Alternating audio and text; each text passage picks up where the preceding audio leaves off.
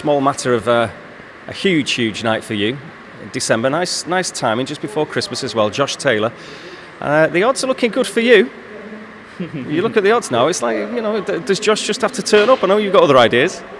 Yeah, listen, I don't look at the odds and whatnot, but certainly all the lads from Chorley and in England, I guess, will be. But I think, like I said then, I think a lot of people believe it's just a case of Josh turning up and it's a sealed deal. But I've certainly got plans. It's going to be a problem for him.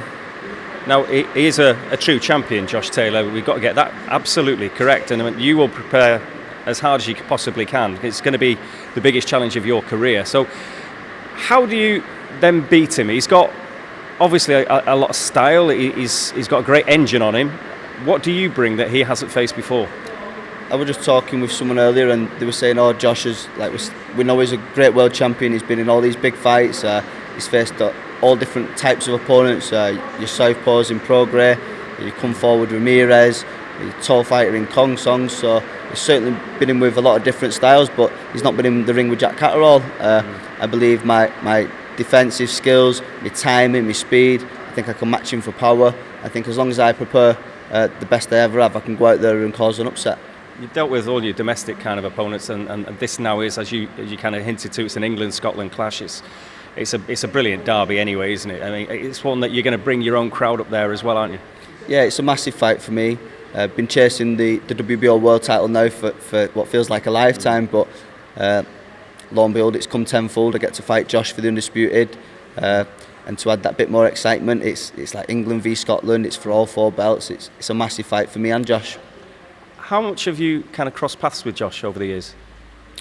Up until this year, probably never seen him face to face. I've certainly watched his fights over the last couple of years, and then I was out in Vegas earlier this year for his fight with Jose Ramirez. Wished him well for the fight. Seen him after the fight. There were no bad blood really. So I think ultimately we both know we've got a job to do, and we'll go out there and put on a fight for the fans. I was going to say there doesn't need to be any of the hype around it, does there? It is what it is. It's one that fight fans are just going to absolutely look forward to, like a brilliant end to the year. Yeah, definitely. I'm looking to go up there and cause a real big upset, and I hope people understand that. I mean, yeah, I've had my domestic fights and I've come through them, but I've been waiting for this opportunity now, and I think the longer it's gone on, the better fighter I've become over the last couple of years, and I'll go out there in December and show everyone that. What would that do to your life? I don't know really. I don't think I'll appreciate the magnitude of the fight until it's been and gone. But right now I'm locked in, and I'm just excited. We've had a young baby earlier this year, so hopefully it can help secure the future for my family, and not just for my family. From the town that I come from, there's quite a lot of young boxing gyms, up and coming boxing gyms, and a lot of fighters.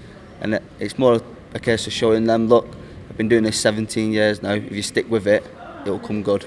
Yeah, we actually went to see Mick and Dave Jennings recently as well, and surely does punch above its weight, doesn't it? Because Liverpool and Manchester, big cities on the doorstep, but there's some good champions from the town.